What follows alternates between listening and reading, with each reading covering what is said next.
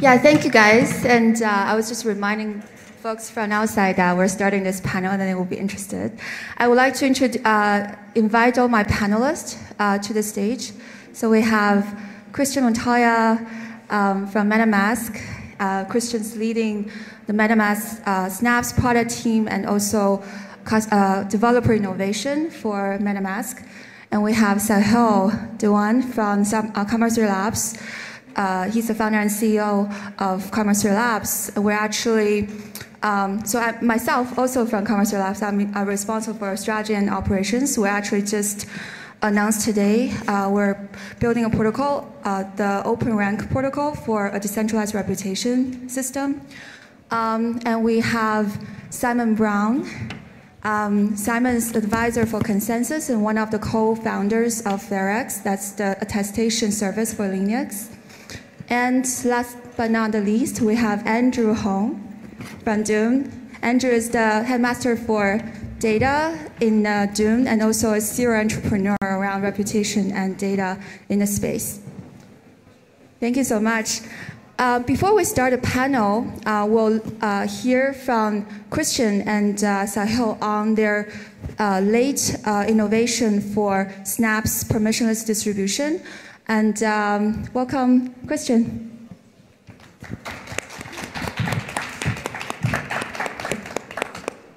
Okay, 1 second while I do a little bit of technical setup. I have an engineering background, but this stuff gets difficult. Let's see. All right. Am I connected? Maybe?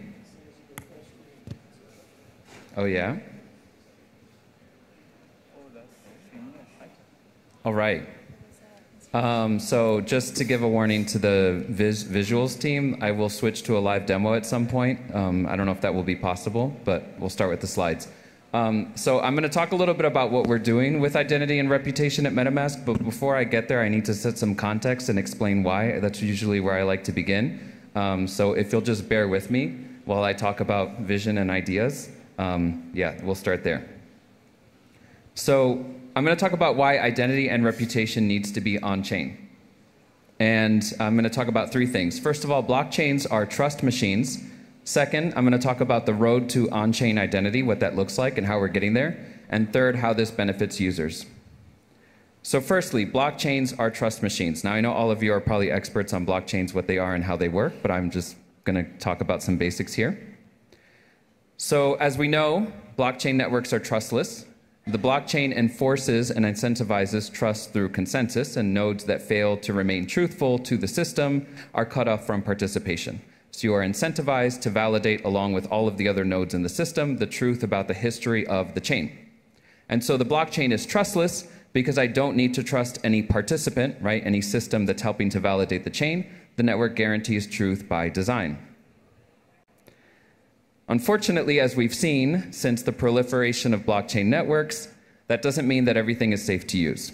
So why is it that in the blockchain world, it seems to be so hard to trust others? And it's because of this quote that I took from one of my colleagues, which I really like. Now, she originally gave this quote in Spanish, so I apologize to her if I am paraphrasing incorrectly, but she said, "I used to trust people and distrust computers. Nowadays, I trust computers and I distrust people." Okay, so I don't lay awake at night wondering if Ethereum, the network, and all of the nodes that validate Ethereum are going to stop doing what they're doing. I'm very confident that Ethereum will continue to generate blocks truthfully. What I worry about is the people who are publishing applications on top of it, and their intentions and how they might be malicious or make mistakes. And this is a reality for our users, and it's a barrier to how we get more adoption for blockchain applications. How do users know who to trust or what to trust? Applications are built by people, and people are flawed. Simple applications are easy to analyze and reason about. Okay, so a very simple application, you might be able to analyze it or have some automated tools for deciding whether that application is safe to use. But users want maximum utility. Innovation leads to complexity, and the trust model falls back to who is writing the code and can I trust them or not? So let's talk about the road to on-chain identity. First of all, what is identity? Okay, now when you're born, your identity is maybe your characteristics, whatever cards you were dealt, color of your hair, the color of your eyes, so forth. And that's all there is. To be completely honest, I don't trust babies, okay? I don't know their character yet. That level of identity just doesn't really tell me much. As you get older, your identity is based on what you like, your interests, and so forth. But I think for all of us here, when we think about our identity, it's really what we've done, what we've accomplished, how we've treated others, the way we interact with other people. Our identity is our reputation. That is how we present our identity to others. And when people ask you who you are, you're probably going to talk about what you've done. Now, in the Ethereum ecosystem, there's been a lot of talk about moving to smart accounts, account abstraction, and having smart contract accounts.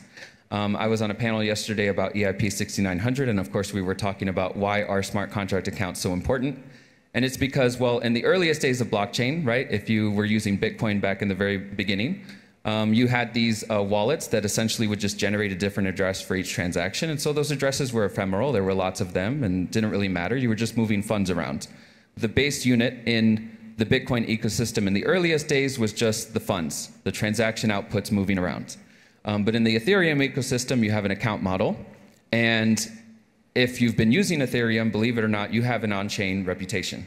My on-chain reputation is that I'm bad at trading, and you can see that on Etherscan, okay?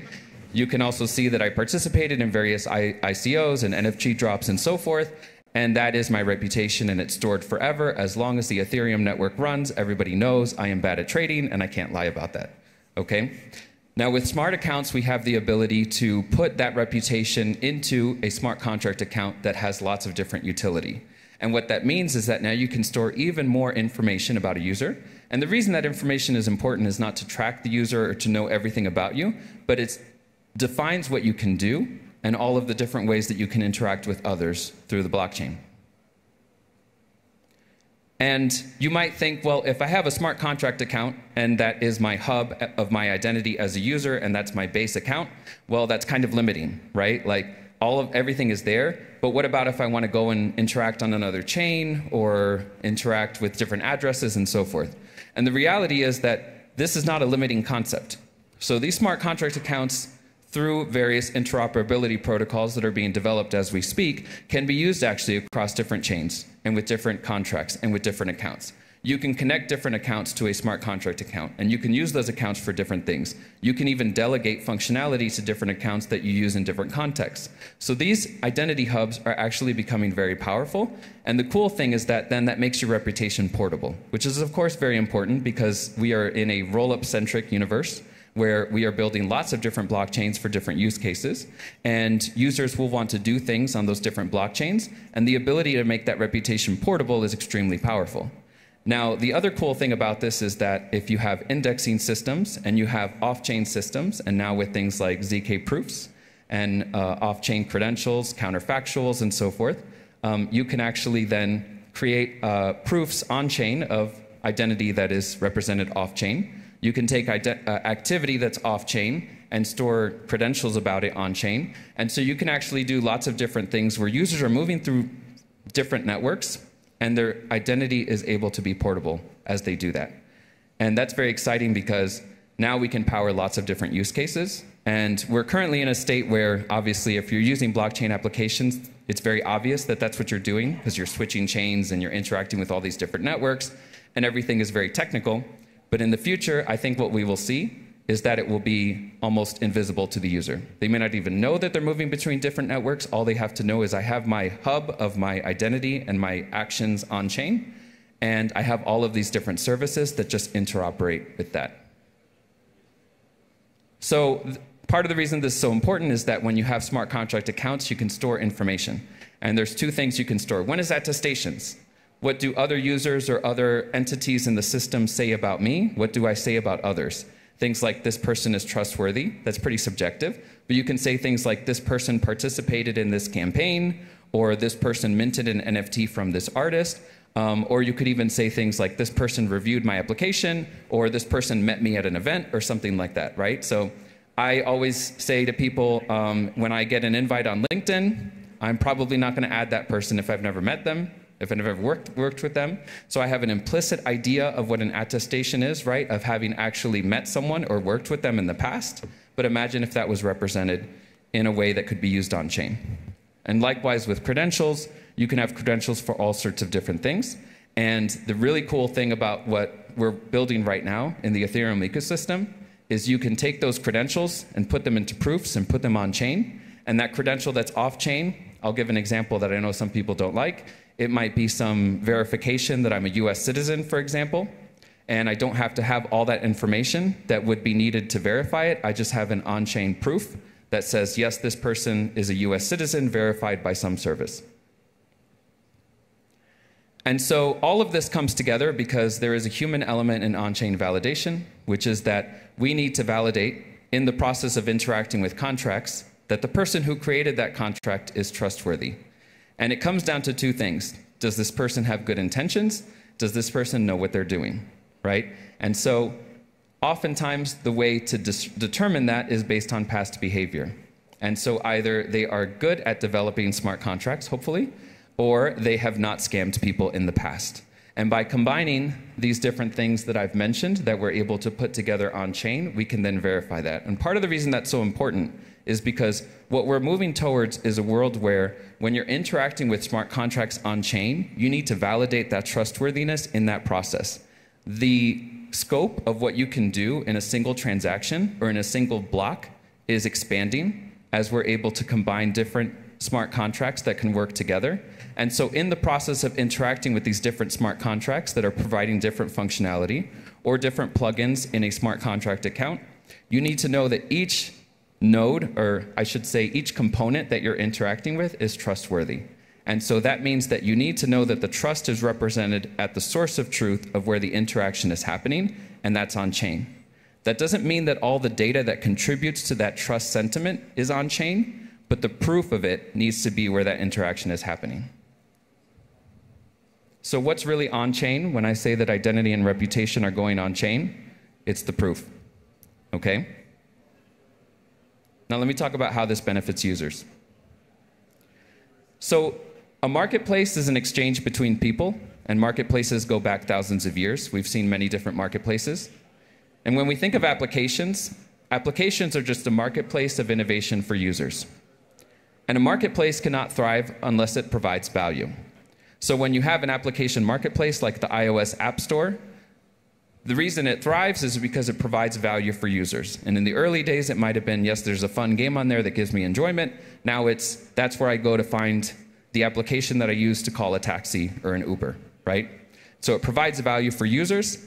And unfortunately, dangerous apps violate that paradigm. So if you have a marketplace where users perceive that there are dangerous applications that could cause them to lose funds or break their device, then in their perception, that is not a valuable marketplace.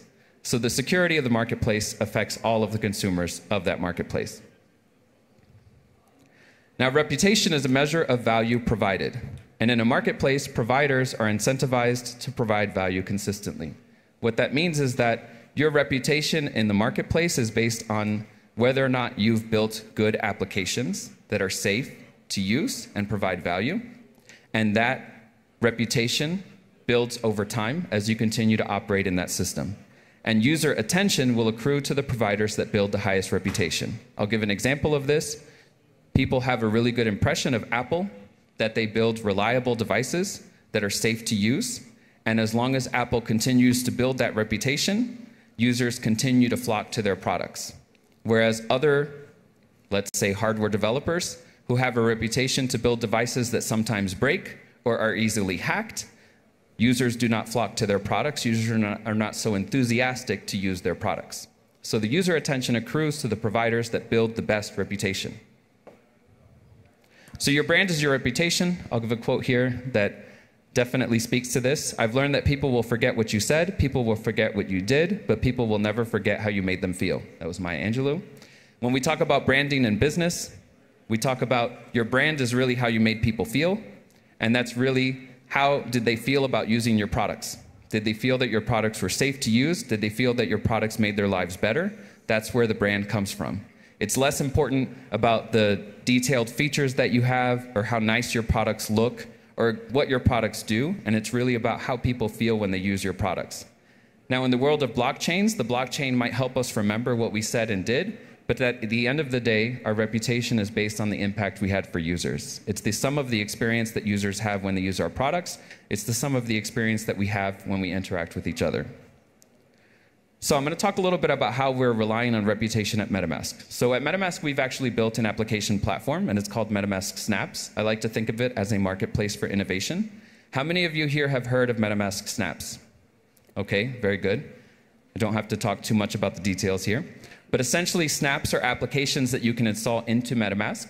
And as of right now, when you're getting snaps, you're relying on a system that we've built that is based on audits and manual reviews. And that's a very clunky system. And that's a system that we want to move away from. Okay, so right now, all of the snaps that are available to users were audited by third-party security auditors, reviewed by our own team, and we maintain a strict allow list of what can go on there. Unfortunately, that's limiting. It's very hard to get to thousands and thousands of applications being built by a whole ecosystem of developers if they all have to go through a manual review process from our small team. So that's what we want to move away from.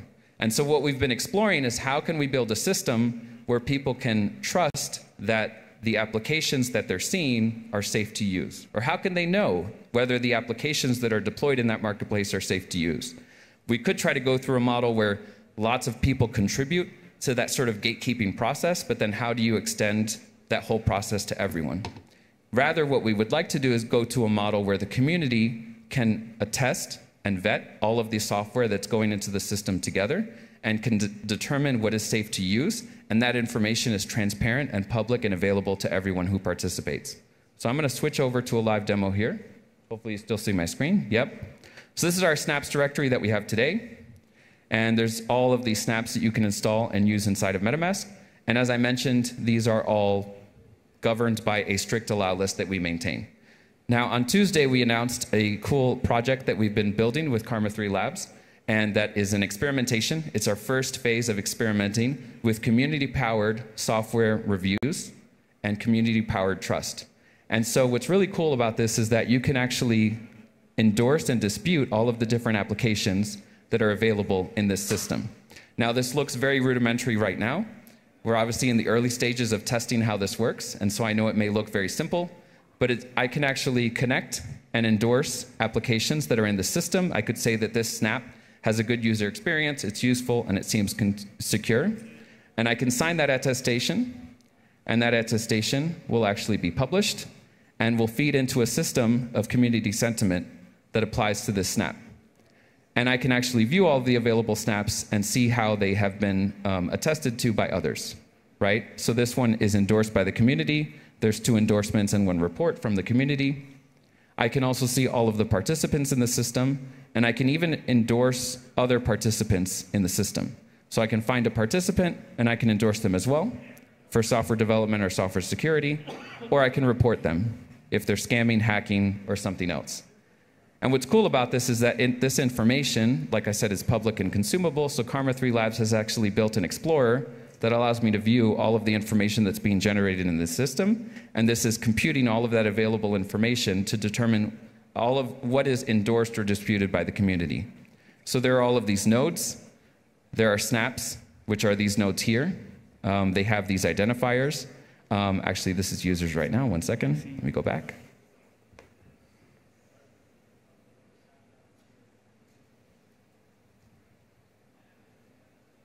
So this is a snap here, these blue boxes, and then the users are these yellow circles, and you can see all of the endorsements or attestations, endorsements and disputes going back and forth, and that builds a system that computes the trust of everything that's in that system.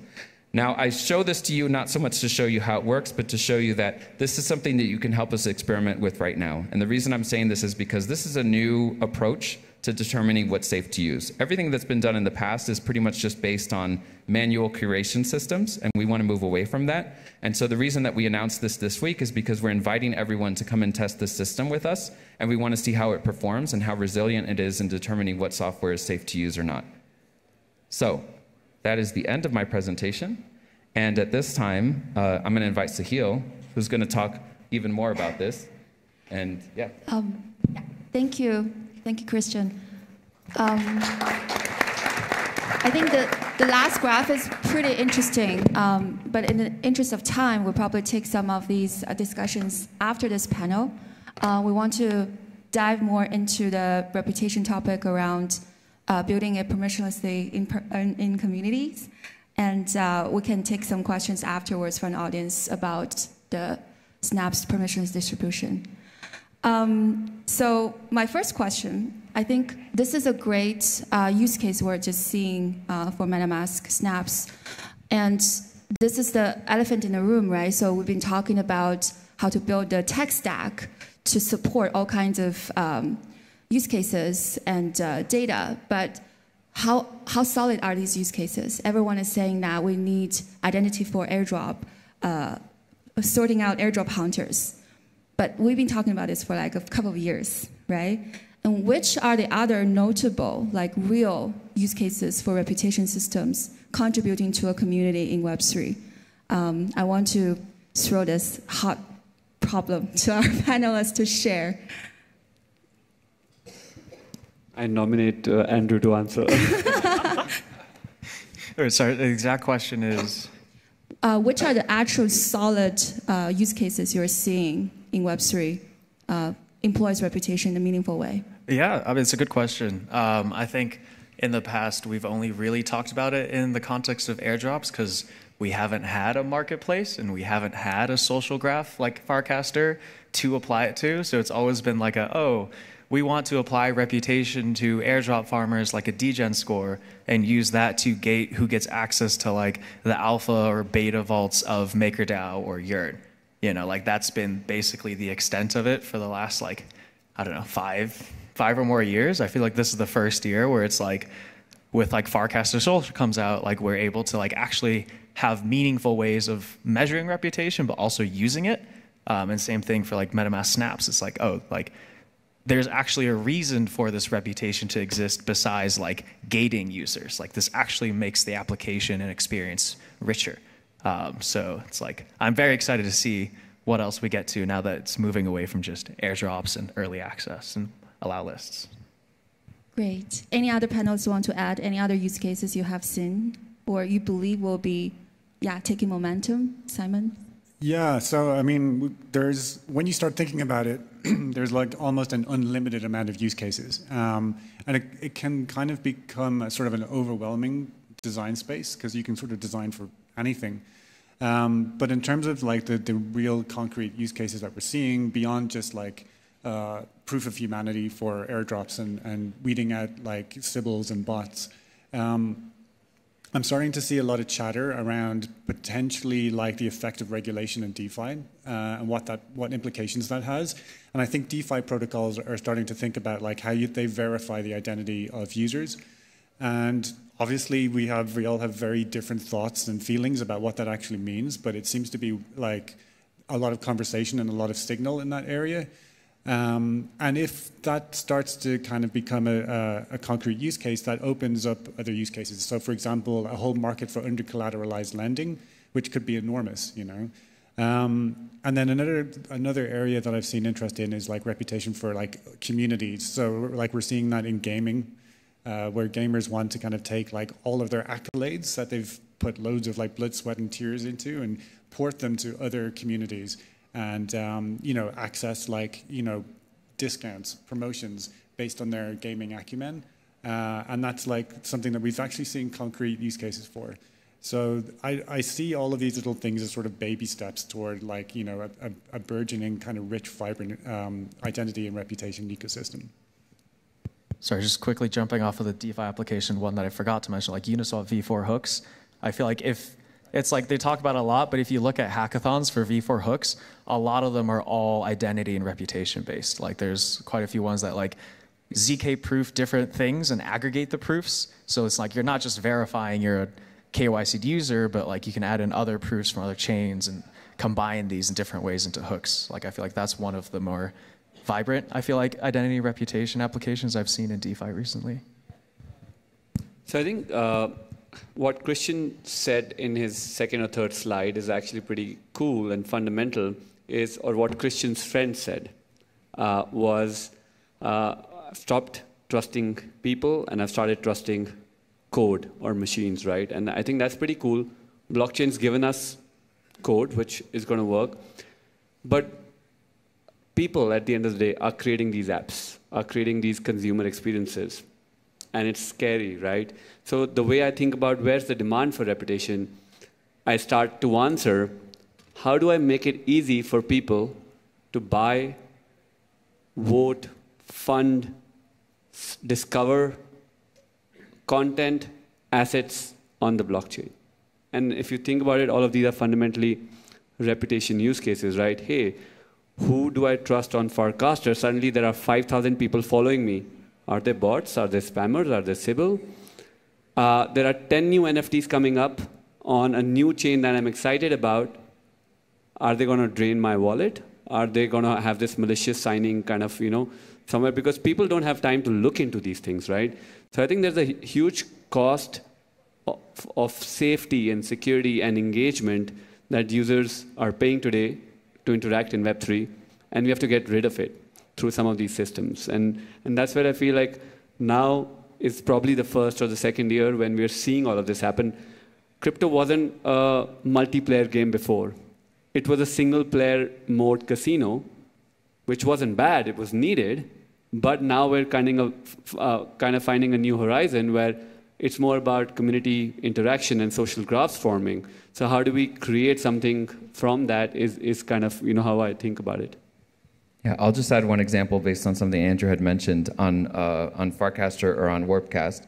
People are doing these NFT mints, and they're sponsoring the NFT mints, but then they're starting to see that bots are consuming all of the mints that have been sponsored. And that's insane because they're trying to filter based on, okay, do you have a valid, Farcaster ID? Okay, yes, you do. And then even like, are you considered active on Farcaster? Unfortunately, users can game that. So now they're looking at other ways to try to identify which users are trustworthy enough, right? Even things like, you have to follow this account or so forth is not very, that doesn't do very much for you. And so it's actually like, in these kinds of instances where you're actually putting up your own funds as an artist to decide to basically let people mint an NFT and it ends up costing you, I don't know, $50 or something like that. It's like, okay, yeah, I actually want to know that I'm going to be, the people who claim this are going to be like people with good reputation and not just a bunch of random accounts that are generated by bots and are just having bot activity. Yeah, absolutely. I think Web3 Social, what we're seeing in Farcaster is like setting some new innovation frontier for this entire space. And I want to also follow up from Christian, you mentioned the SPD, its meaning for marketplaces. Do you see further potential? Like, what does it mean for what is beyond just Web3? I think you mentioned that. Can you elaborate? Yeah, so we have a architect on our team. His name is Dewan. You've worked with him very much on this whole project. And he did a whole diagram where he went back to the history of applications in computing all the way back to 1971 with MS-DOS. And the entire history of applications in computing, it's been essentially centralized curation or you're on your own, right? So if you look at NPM where packages are distributed, there's malware that makes it onto NPM all the time. And it's just kind of well, just don't go randomly, installing packages from NPM. That's on you, and that's so this is a problem that no one has solved. And everyone is either relying on this manual review process, and even then, sometimes malicious software gets through. We've seen malware make it to the App Store, make it to the Microsoft Store, and so forth. Or we're just seeing instances of well, I don't really know what I can install from there, so now I, as a user, have to do a ton of work to try to figure out whether something is safe to use or not. So what I've been telling people as we've been rolling out this project is that, again, we're still in the very early phases, and we're testing this, but this is not just a problem that we're solving for MetaMask or Farcaster or for blockchains in general. This is a problem that is, it's a basic computing problem. And if we can solve it, we're solving it for the entire computing industry. Great, thank you. My next question is for Andrew. So you have been a data wizard in this space. And you talked a lot about identity data and reputation data, how to make sense of behavior data, the importance of labeling, right, for some time. So how do you see the trends of how this frontier is developing? What kind of data tooling are there for developers to make more sense of data? Yeah, I mean, it's a great question. I think for reputation, I think people have been given a lot of tools because they see them on Twitter, but they don't really know what to do with them yet. Like I think points, tokens, attestations, proofs are kind of like the four things people are playing with. But like you can see a lot of point systems, people are like, oh, why isn't that just like a non-transferable token? Or why isn't that an attestation? Or why aren't these points on-chain or off-chain? So I feel like we're in this place where people don't really know what to use these primitives for. So because of that, no tooling has really evolved around it yet. Or like we're seeing, like I've heard of some startups that like stacks.so that are trying to like on-chain points and make it easier to build a point system. And I really think the next like year or so is going to be us figuring out like, for example, I think it's kind of like if you're issuing tokens, it's because you think this action is extremely valuable, but it's fairly fungible, versus attestations. It's like, okay, I care who this token came from and what the meaning behind it is. And proof is like, okay, I'm not gonna, like right now we talk about proofs being easy, like, okay, Axiom, you use it to prove someone had a token balance. But really long-term, it's about compute. It's like, okay, I want to have a proof that I can put into a contract and verify to pay out funds, where the proof contains like, person has X tokens, they've gotten attestations from Y people, maybe they have some points, and like that's where proofs play into it. So I kind of see it as like that kind of stack. But that's just my view, and I think like it's gonna evolve a lot over the next year. So there really isn't a tool for it yet, per se. I think like we're just experimenting. Hopefully Dune captures all that data and it's easy just to do this all in a Dune query that you can then feed to some ZK like coprocessor to calculate this, or like port onto Karma3 and like just make it easy to like plug and play, but definitely farther out. Yeah, if I can just add something to that. So we have a project that came out of MetaMask called MobiMask. And it was trying to say, okay, if you're browsing Twitter, you can see the reputation of users on Twitter, like whether they've been reported or not. But the only way it works is you have to have a Chrome, like a browser extension that like reads the DOM and can actually, inject information on top of Twitter as you're browsing it. And so that's really clunky. And what's interesting is there are all these, different data layers, right, that have all of this information, and they are already composable, but someone needs to compose it and put it in a way that's consumable for users. And so this is actually like our current goal for Snaps with MetaMask, is that we want to inject all this information from different protocols into the MetaMask user experience through Snaps being modular and being able to hook into different functionality within the wallet. And so I think that the wallet is going to become that companion application that users carry with them in everything that they interact with, and can tell them if they're browsing Twitter, if Snaps can inject into the DOM, right, then they can say, okay, this Twitter account is dangerous based on these data providers. Or when they're interacting with on-chain applications, they have all of that information coming in from the different data sources that are interacting with those applications. Yeah, we have been talking about like credential wallets, data wallets for a while, but the new form might need to be reimagined, right, in this new context. My next question is for Simon. You've been deep in the tech stack of different primitives for making sense and capturing these reputation data. So how do you see attestation, verifiable credential, and some other interesting primitives playing out in the last couple of years, or maybe quarters? And what kind of innovation are you most excited in this particular space? So yeah, just like what the other panelists have spoken to, it's starting to get to the point where we're seeing interoperability and and composability between these different primitives. We're not really there yet. I think there's still some work to do, but we're seeing more and more adoption, and there's an awful lot of different primitives for different use cases. So for example, you could use Ceramic Network for attestations that are mutable, or maybe are high volume, and they need to be they need to be cheap, they're updated frequently. Ceramic is a perfect data platform. Verifiable credentials are perfect because they're entirely off-chain. Even the DID never needs to be off-chain unless it's revoked. And that's perfect for things like your qualification from a university that you want to selectively disclose to a prospective employer, for example. So different use cases for different things. On-chain definitely has its advantages. On-chain, if you have an on-chain attestation in a registry, it can be queried directly by a smart contract. So it introduces a whole new level of programmability. And what we're working on in Verax now is like working towards sort of making it chain agnostic. So like a smart contract on, for example, Scroll can, query for attestations that could be based on Linea, for example.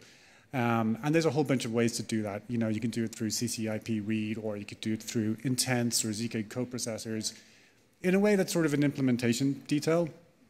But the problem is, it's great that we have all of these different, platforms and primitives, and that they're seeing more adoption and more use, but it's leading to kind of more and more fragmentation. So now the user is just like, great, I've got this like huge identity footprint across Web3, across all of these different networks and in these different primitives, and like the only way to keep track of it is in my head, Like there is no real powerful credential wallet that can kind of, just yet, there's no credential wallet that allows me to kind of see my delegations, on-chain attestations, verifiable credentials, and so on and so forth.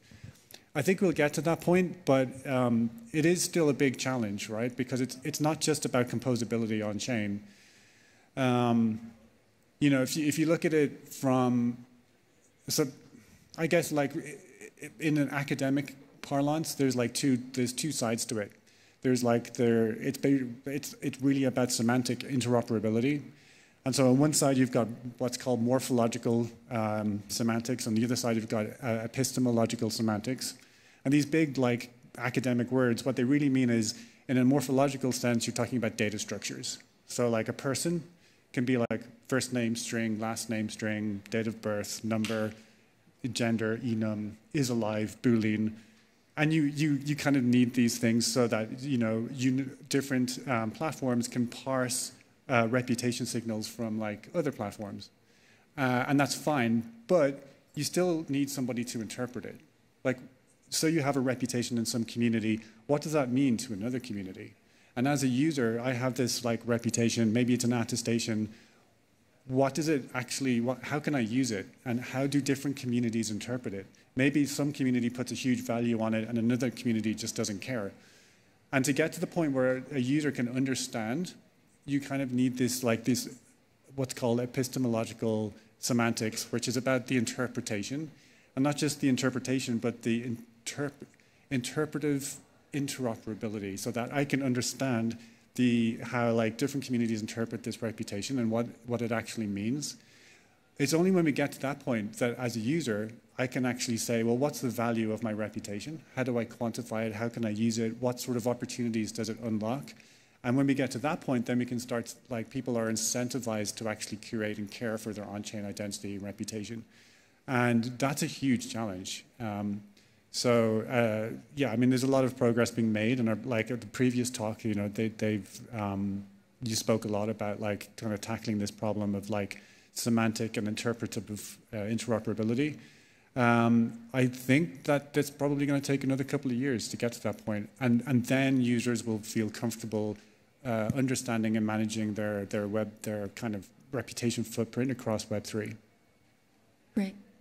I was thinking a lot about that because like at a practical level for like the data community, like Dune wizards probably do a lot of work, right? And it gets captured on various platforms like layer3.xyz was like used to do Dune competitions, or 101.xyz did like courses on data. And like there's probably 15 platforms out there where you could do data work, and they would all try to issue their own tokens, right, to measure your reputation. And these companies pivot all the time. You lose track of these tokens.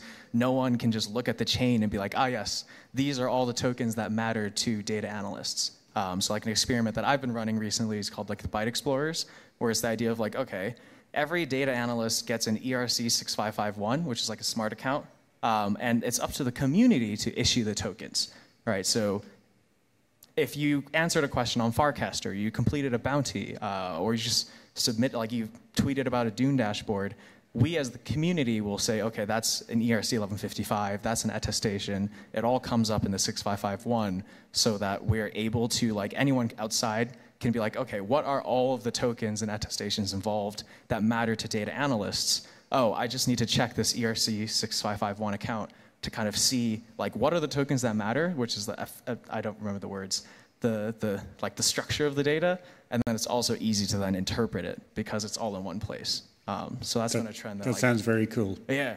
Anyways. Yeah. I think that's a great leadway to actually something I want to double click and discuss. So it seems like one way of solving this interpretation contextualization problem is to create a list and checklist, right? Somebody decides what goes into the point calculation. Somebody decides which stamps you need to have and then to qualify for what. So I think there's another new kind of emergent sort of thinking about graph data, social graph data. How do we see that as a data input for reputation and identity, and how do we unleash the potential there? So I will throw this question first to Sahil, but everyone please chime in. Sure, absolutely. I think so. What we're talking about are really different stages of deriving the utility of reputation, right? We start with data, and we've been talking about, hey, how is this data generated and all these primitives. And to the last point that Andrew made, I think if you open up the semantic or like heuristic definition to the community, hey, this data is actually relevant, and let's see how that data can be used to calculate some sort of reputation, then we start getting into making sense of that data. And that's where we start thinking about computing on graph data, right? And I'll try and make it more specific. But for example, if I'm on a social network, I already know what's the first thing I go and see if I have to see a profile. I see number of followers that that person has. And then I go and see, are there any common mutual follows? Like, are any of my friends following someone? Now, that's my consumption of reputation on Twitter or Warpcast or Lens. But what really is underneath is it's a social graph. You're going to a profile and you're seeing how far is that profile on that graph from you. Are any of your friends following that person, and so on and so forth. You can extend it and make it a little bit more complex, meaningful. Who do I engage most with? Who are these people getting the likes from? Who is retweeting or recasting something? If you start thinking about these things that I consume every day on social media, again, I'm forming a new kind of a reputation graph based on what people are, who people are following, what people are liking, what people are commenting on, what people are, retweeting. You could actually use all of these heuristics to create different kinds of reputation graphs. And now what the cool part is, if you have any of these reputation graphs, you could run rankings or reputation and find out, hey, in my network, in my social network, who are the top people I want to see content from? So when Simon sees his list is totally different from mine.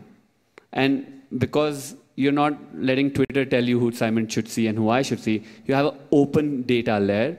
You can create open reputation graphs, and you can do compute, which all of us can actually run our own compute systems. If we don't have to go and run servers ourselves, if there's a computing platform who can just have access to all data, clean up all the data, these are all hard tasks, like we're talking about. It will take us time to get there. And if someone can make it easy for me to just, give me relevant information for me. And I think that becomes very interesting. And that's where reputation graphs. So social media by design is already a social graph. But you could start doing that with NFTs. Who are the Bored Ape owners? What are they buying next? Okay, they buy Pudgy Penguins. Okay, Pudgy Penguin owners, what are they buying next? Suddenly, you again have a graph based on transactions on a blockchain. You could have another graph based on, hey, I attest that this person is doing great community service for Optimism's governance council. And then you start forming what people are saying about each other, and that creates a social graph, which is all of the things that I'm saying are not new concepts, guys. It's like for 25 years, we've been using social graph algorithms first for search on the web, then for social media, then for sharing economy and whatnot, right? And now you can also see machine learning entering. And I'm glad we didn't talk about AI today. But yeah, I think that's kind of how I think about reputation graphs emerging from all of this data to solve reputation problems in different contexts. Christian have something to say. Actually, I want to ask you, how do you think about the web of trust, this graph? Well, I was going to say on this concept of graph data, what's really interesting is that when you have a graph system, the connections between two nodes is actually in itself data, right? And an example of this is I worked many years ago with a data analyst who was analyzing Twitter behavior. And he was obviously having to crawl Twitter and get all the connections of people, you know, talking to each other.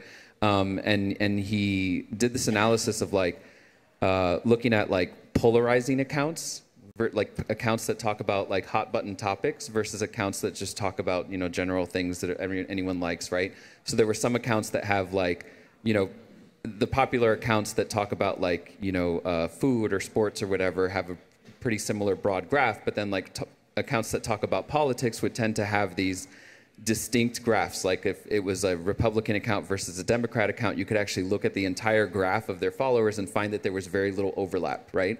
And so that graph in and of itself is information.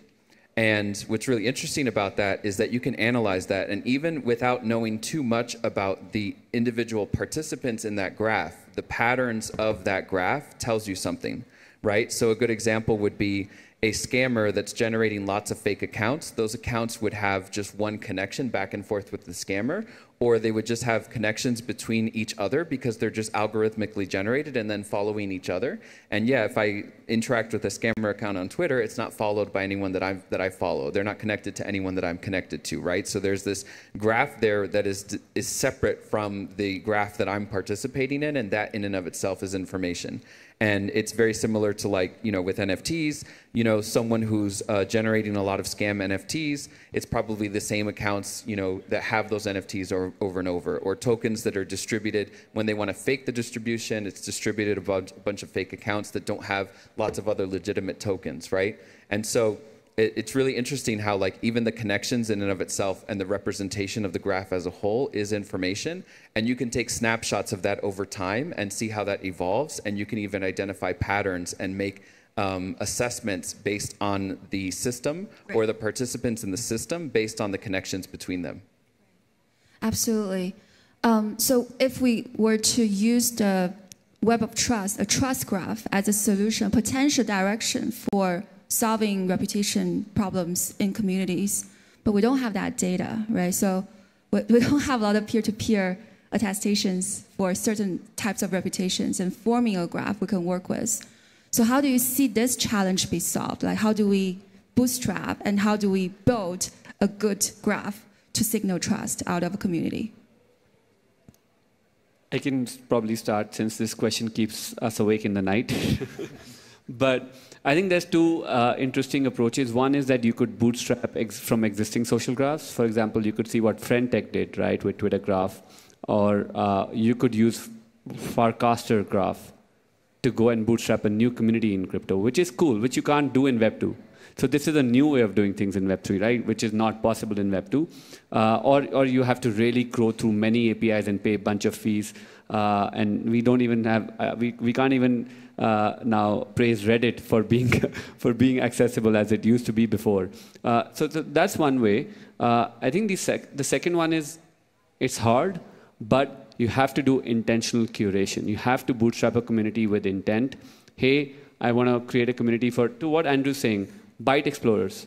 I don't want noise there. I just want people who really care about data analytics to come and spend time. And sure, it'll take time. You won't get a hockey stick growth in day 1 or day 30, but you will have high quality bootstrapping point. And then that only gives you the opportunity to like take off over time because you have high quality contributors, curators in the beginning, right? That's true for, let's say, the example we heard from Andrew. That's true for what Christian's working on for Snaps. If you actually want to find safe software, you would not want to go and ask someone who doesn't know how to read software or doesn't know how to assess if software is safe or not. You would go and say, hey, security experts, all the white hats, come, let's get in a room, let's get this community started. And then sure, if 20 people show up, let those 20 people go and invite one more person each. It doubles in one go, right? So that's how I think about it. It's hard, but those are like the right intentful ways of doing some of this cold start problems with graphs. But I'm sure we'll get many creative ideas. Yeah, I think it comes back to this whole idea. I've heard a phrase recently about community composability. And it kind of gets past this kind of cold start problem where let me think of like a really stupid example. Okay, let's say you have cat DAO and dog DAO and like wolf DAO, right? Maybe they actually exist, I don't know. But so like, you know, if you go from cat DAO to dog DAO, they're going to be like, we don't really trust those guys from cat DAO, so we're going to let you in, but we're not going to give you access to everything because you don't like cats. But sounds like a frat house. yeah. But if you're coming from Wolf DAO, it's like, we don't know anyone in Wolf DAO, but we really respect them because they're cool, they're wolves, they're big, and they growl. So we're going to give you a higher standing straight away because of the reputation that because of the value we give to the community as a whole. So whatever your reputation is in that community, we're going to multiply it by a coefficient of the community's value that we have for that community. So say if you come from Cat DAO and you have like a really strong reputation, but your community coefficient is like 0.2. So that gives you quite a low standing. You could come from Wolf DAO and you have like a mediocre reputation, but we respect Wolf DAO, so your community coefficient will be like 0.8. So you get, like straight away, you come in at a much higher standing. And this kind of community composability has applications in DAOs, and this is where I've heard the idea. So it's not like just my brilliant insight. It's like from what I've heard from listening to people. And similarly in gaming as well, I think we have this sort of idea of community composability, and it's how we bootstrap this sort of like these social graphs, right? And it goes back to what I'm talking about in terms of like the interpretive layer. So if I'm in Wolf DAO, all of a sudden I can go, oh, hey, I can get like a discount on a whole bunch of different things if I join Dog DAO. Maybe I'll go and check that out because the user understands the value of their reputation and it's less fragmented. They can understand the collection of all their primitives, what it's actually worth to them, and then they can actually explore the space in a more meaningful way. Okay. Yeah, I think it's interesting. I actually think bootstrapping the network with reputation or whatnot is the easy part. I think we've seen thousands of different ways of doing it, whether it's like a 10,000 NFT auction, whether it's an auction every day, whether you seed it with 10 people, 100 people. I think it's just, I haven't seen a single system that hasn't broken as it scaled, right? Like I think it's like the end state of all communities is there's a fork at some point. Nouns forks, like Ethereum forks. My community at some point will have to probably fork just because there's a split in interest, there's a split in decisions. We've kind of assumed today that like, oh, if I launch with one token, I can just like scale with that to infinity. Like it's kind of like assuming it's like a Facebook group. I create the Facebook group, the parameters don't really change from 10 members to like 10,000 members. You know, but in crypto, we have this unique problem where like, oh, someone can just fully split off that Facebook group, you know? So I think the thing that keeps me up at night is more just like, okay, if my community hockey sticks and hits 10,000 people, like what's going to break first and how do I scale to deal with that? That's been, I don't have an answer to that, but that's been something that's like, every time I feel hope about a community that seems to have it going with the token, the reputation, and the governance, there's always a fork and things kind of like dissipate, so. Yeah, I was just gonna say on a slightly different topic in terms of designing a web of trust.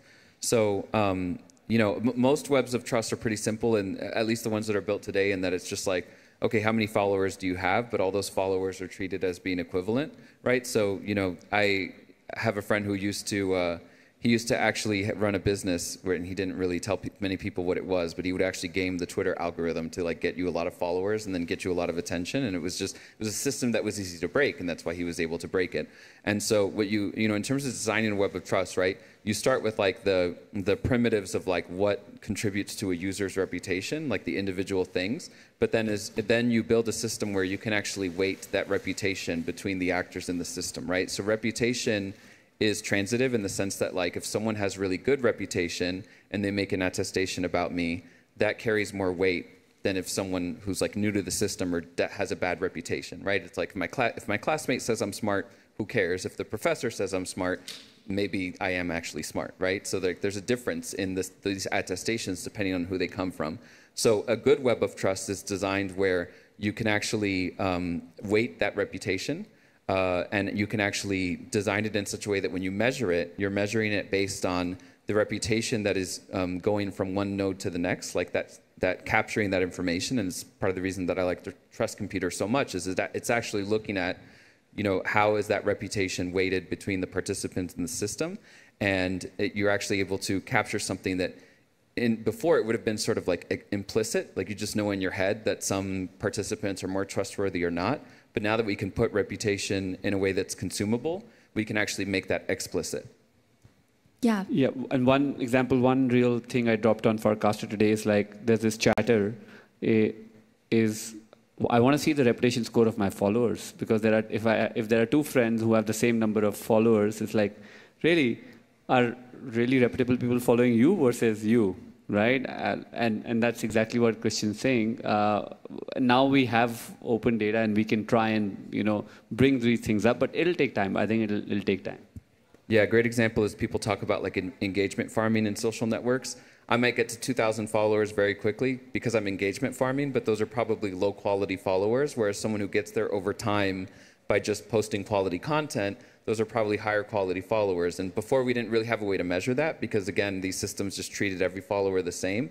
But now we could potentially see, have a way to represent, like, are they low quality followers or high quality followers? And then that 2,000 followers, that each person has 2,000, but it means something different, right? You can actually tell the difference between the two.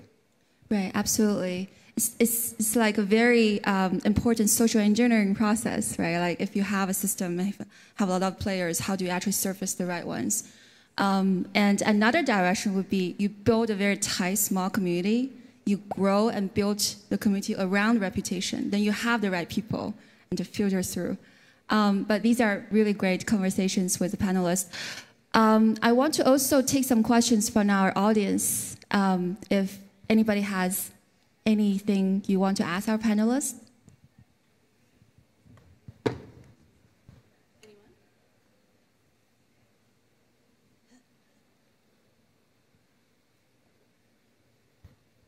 Hi, everyone. So I'm RG. I am co-founding a company called Repo. We're building an open infrastructure to bootstrap reputation systems. So what you guys talked about is very relevant. We're kind of currently focusing on DPINs, given like the physical, services and like the off-chain aspect of that. I think one of the challenges we're facing, or we're thinking about, is like I think you guys had touched upon it, but like the accountability part, right? Like how does reputation actually play out? Like why would someone care?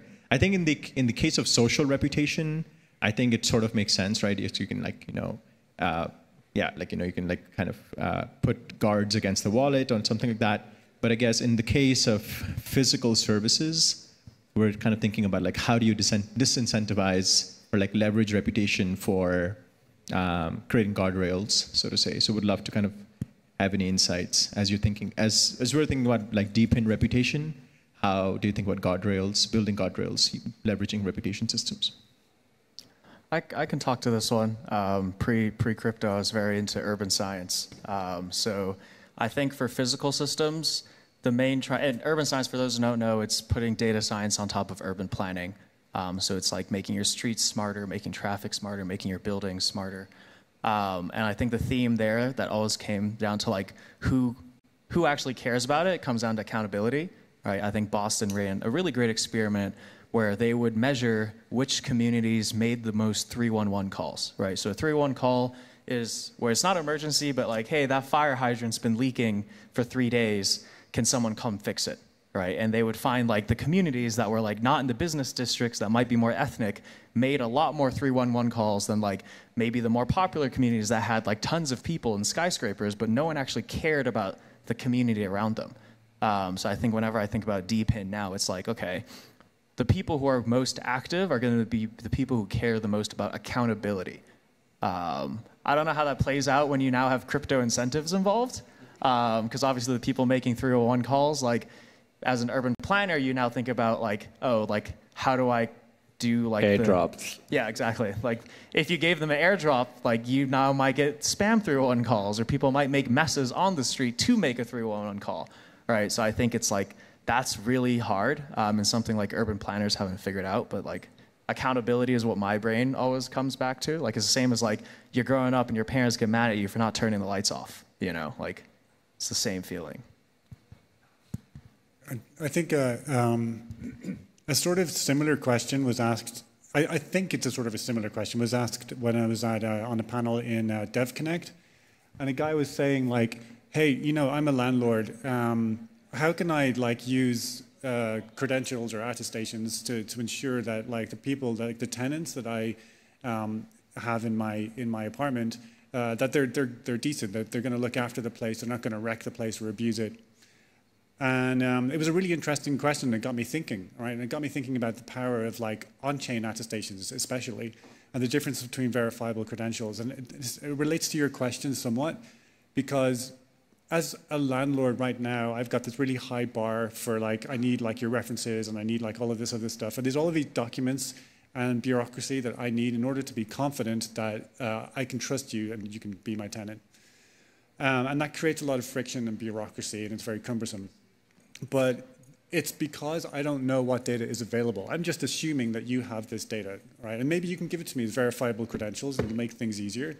But if everything was kind of like on-chain in a somewhat privacy-preserving way, I can actually see what data is out there.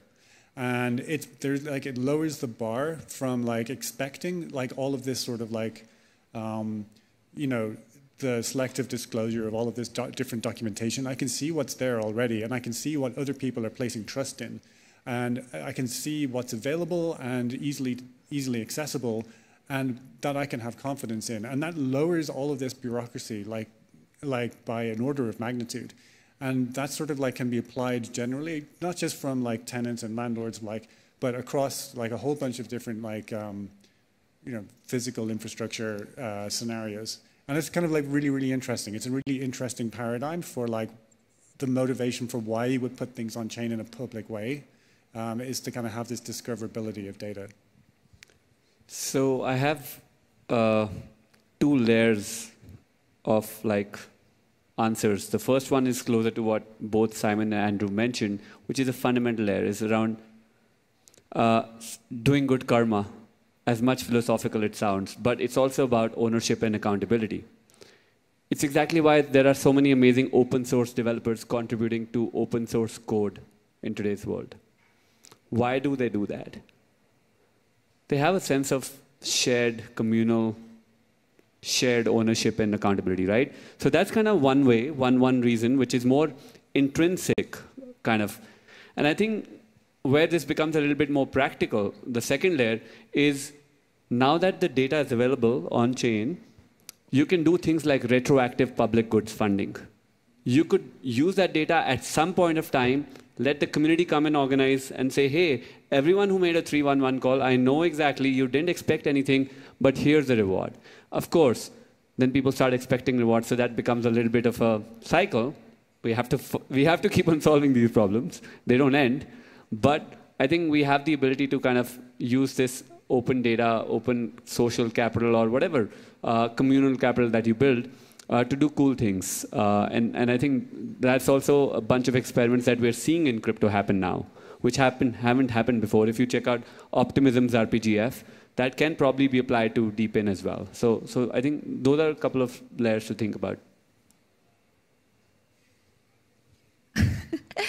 Great. I actually have also 2 cents to add, if I may. I think social capital is hugely underrated for like incentivizing community members to do the right thing. That's somehow a manifestation of accountability and ownership.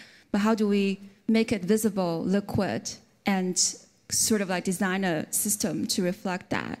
That's something I can see a lot of innovation coming through as well. Well, we're right on time. We're doing really well.